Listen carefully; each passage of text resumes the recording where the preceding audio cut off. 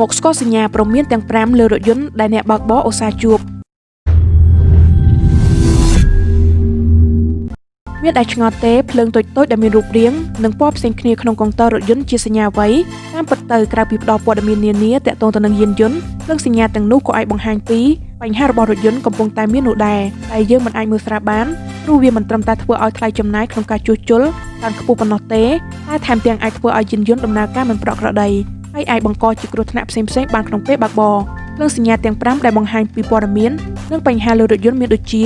1. សញ្ញាព្រមានពីសីតុណ្ហភាពម៉ាស៊ីនសញ្ញានេះមានន័យថាទឹកស្អប់ម៉ាស៊ីនកំពុងតែឡើងកម្ដៅខ្លាំងហួសកម្រិតប្រការគួរធ្វើគួរបញ្ឈប់ការធ្វើដំណើរហើយពន្លត់ម៉ាស៊ីនដើម្បីឲ្យវាចុះត្រជាក់មកវិញកុំឲ្យម៉ាស៊ីនខូចទាន់ 2. សញ្ញាព្រមានពីសម្ពាធប្រេងម៉ាស៊ីនចុះទាបសញ្ញានេះមានន័យថាកម្រិតសម្ពាធប្រេងម៉ាស៊ីនមានការថយចុះប្រការគួរធ្វើតែសញ្ញានេះលោតឡើងវាអាចបណ្ដាលមកពីការអស់ប្រេងម៉ាស៊ីន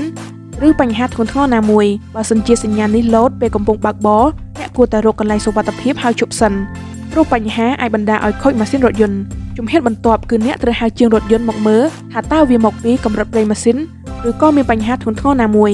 3. សញ្ញាព្រមានពីភ្លើងអាគុយសញ្ញានេះមានន័យថាភ្លើងអាគុយខ្សោយខ្លាំងអ្នកគួរបិទភ្លើងក្នុងរថយន្តម៉ាស៊ីនត្រជាក់ម៉ាញ៉េនិងដកឆ្នាំងសាកចេញពីរុនភ្លើងឲ្យអស់លើកលែងតែភ្លើងចង្គៀងមុខពេលអ្នកបើកបរនៅពេលយប់និងនៅកន្លែងងងឹតយ៉ាងណាមិញអ្នកមិនត្រូវពន្លត់ម៉ាស៊ីនឡើយដរាបណាអ្នកមិនទាន់ទៅដល់ជាងនោះព្រោះវាអាចដេកមិនឆេះ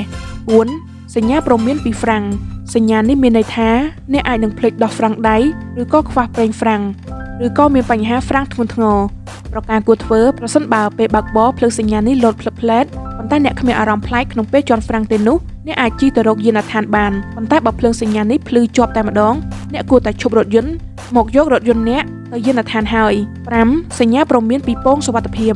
សញ្ញានេះមានន័យថាពងសុវត្ថិភាពមានបញ្ហាប្រការគួរធ្វើត្រូវប្រញាប់យកទៅជាងឲ្យគេឆែកមើលព្រោះថាបើពងសុវត្ថិភាពមានបញ្ហាវាអាចឲ្យពងនេះគាំងមិនផ្ទុះពេលរថយន្តប៉ះទង្គិចឬបុកនឹងអ្វីមួយដែលអាចបង្កគ្រោះថ្នាក់ដល់ជីវិតបាន